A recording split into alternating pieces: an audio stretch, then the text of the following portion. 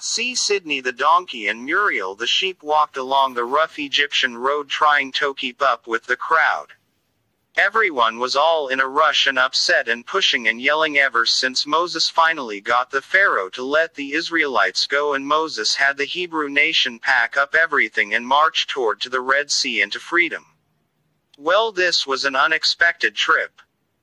Muriel said, running a bit to keep away from the switch her master was using to keep the animals moving.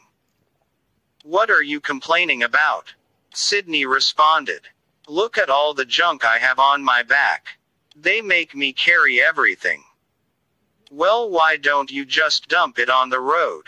You are a donkey. People expect you to be stubborn. The helpful sheep advised. Well, it's not that bad.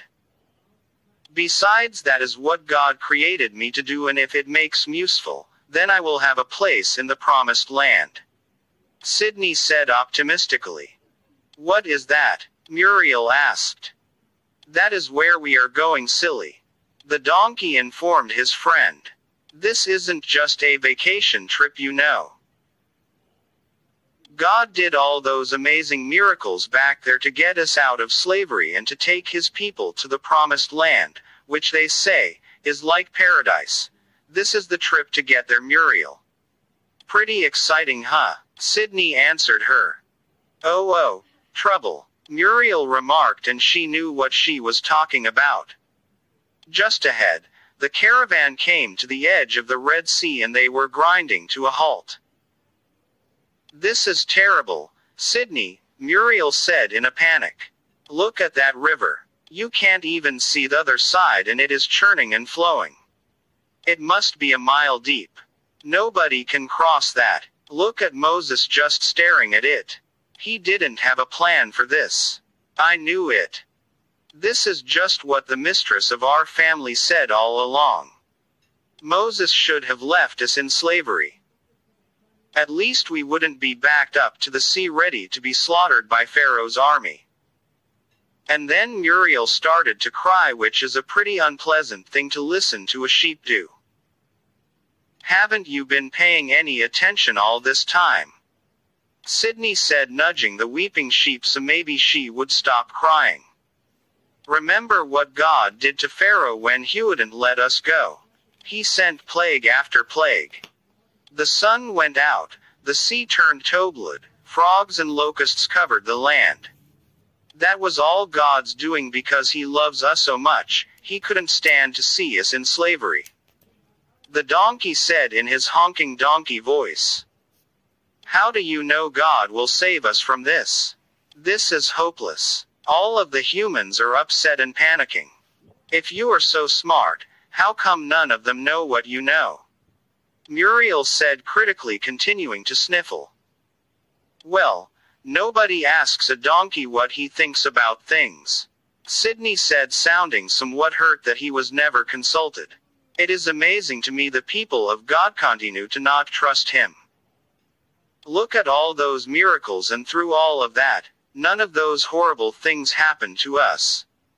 God kept the homes and land of his people from all the plagues. Even that last one where he killed the firstborn of every human and animal. God made sure our masters knew how to avoid that disaster. I am glad because my brother Melvin is the firstborn and I would have hated to see him go like that. Suddenly the panic in the crowd got much worse. The people were screaming, Pharaoh's army is right behind us. They are almost here. The children running around crying and bumping into things and being stepped on by the adults. Come here, children, Sydney said to the panicking children. But all they heard was a bray from his donkey face. But they seemed to understand because they hid under his legs to keep from being trampled. Any room for a sheep under there? Muriel said shyly. Sydney scooted the 5-year-old into her brother's lap and Muriel snuggled in and all the children hugged her warm fur. Sydney, I am afraid. Muriel said softly so the children wouldn't cry. Get ready, Muriel. I don't know what God is going to do, but he won't let his people die like this. God is faithful. He sent Moses from far away to save us from slavery. Someday a great Messiah will come and take all of his people to paradise. I hope that includes slightly smelly donkeys and scared little sheep like you, Muriel. The donkey laughed. Well, that is someday. For now the army of Pharaoh will be here any minute, and I hear Egyptians like lamb stew quite a lot. She said, and then she started to cry again. The children started to cry because she was crying and everybody was upset. You have to trust in the faithfulness of God, you silly sheep. The donkey scolded. Look, see at what Moses is doing. Muriel peeked around Sydney's legs, and when she did, the children peeked too. Because they were on a ridge, they could see Moses standing in front of the raging Red Sea, facing it with his chest out. Then, he lifted his staff and spoke some words they could not make out. All of a sudden, the sea began to crash and twist and change, and a valley opened. Pan pulled apart to make a huge pathway that was completely dry.